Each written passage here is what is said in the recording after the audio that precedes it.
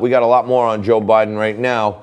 We're joined by my good buddy Joe Pinion. He is a Republican strategist, philanthropist, business leader, but lights it up all the time. Joe, this Biden VP pick is just dragging on and on and on. Many people are saying it's because that's really, people don't usually vote for vice president, but this is going to be one of those times where you got to vote for the vice president because that's who's probably going to be running the country.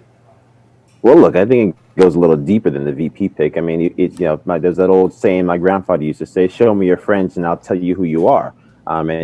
People might like Joe Biden, but he's made some unusual friends as of late. He's got AOC whispering in his ear. He's got Simone Sanders whispering in his ear. He's got Bernie Sanders, basically trying to hold powwows with him. I think Uncle Joe is not the same as what President Grandpa Joe would look like. So I think there's a lot of things that American voters should be concerned about. But I don't know for you, but for me, it seems as if Democrats keep trying to find ways to give President Trump the election. Because just we spent the last month talking about the enthusiasm gap, whether people will find ways to the polls.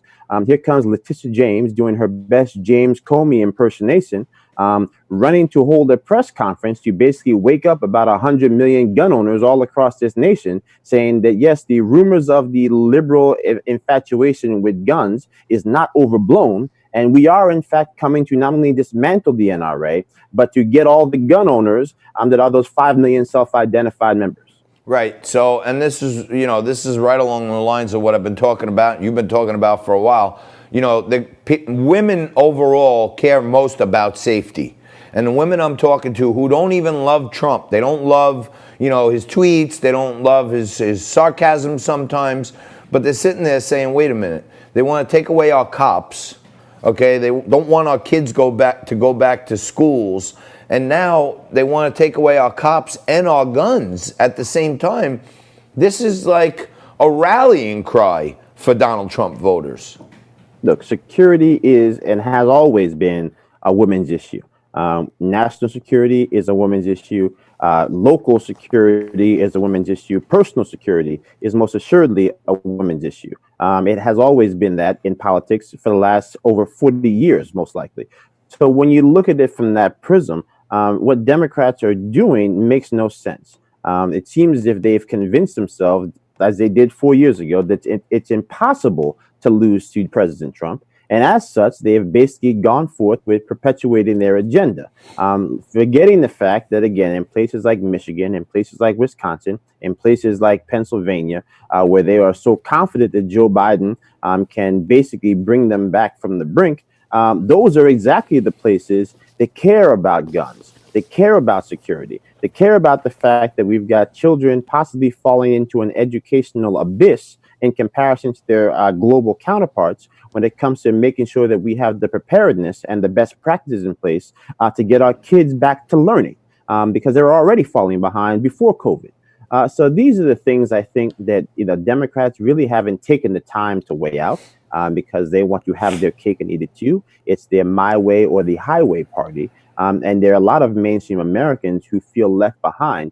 And if their mainstream media had convinced them that somehow Joe Biden was going to be this palatable return to normalcy, I think what people are going to have to accept is that they are talking about a new normal. And that new normal is quite different from the America as we know it.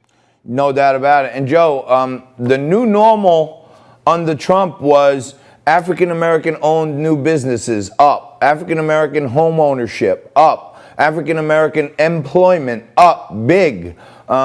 And at the same time now, this COVID and these riots and all this other stuff, it's crushing businesses. It's crushing small businesses disproportionately, and it's crushing minority-owned small businesses way disproportionately. Why are people worried about what the Washington Redskins football team name is?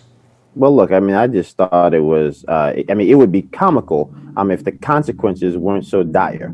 You got people in Chicago, again, I think we talked about this before, palling around celebrating the fact that they're trying to tear down the Christopher Columbus statue. And meanwhile, you've got children being shot. You've got homicide up 83%. Those are the things that are affecting Black families. You got over 41% of black small businesses that have closed their doors forever, 41%, right? So black communities will be ravaged by the COVID-19 virus in ways that make the 2008 recession loss of black wealth look like a pittance, right? So we have to deal with the imminent threat to black people when it comes to actual safety. 100% of the murder victims in New York City in the month of June were minorities. That is the threat. Lack of business ability or access, that is the threat. These are the things that we should be focused on. Those are the things that you should want first and foremost on the mind of the president. And liberal evangelists on the left have tried to thwart the American push towards that type of systemic equality by focusing on the systemic inequalities of yesterday. Joey, you put it in such eloquent terms. I just want to listen to you speak more. We're out of time right here. It's amazing that not one person in the whole hashtag Black Lives Matter Marxist movement is talking about 41% of black businesses shuttering for good. You would think that would be an issue they would talk about, but alas, it is not. Yeah, and by the way, for those of you out there who are keeping score at home, when businesses shutter, people are making less money, the inner city becomes more criminally charged. More crime starts happening. So you need cops, and they want to defund the cops and take away your guns. So it's out of control. But Joey Pinion, thank you so much. We'll talk to you soon, brother. Talk soon, bud.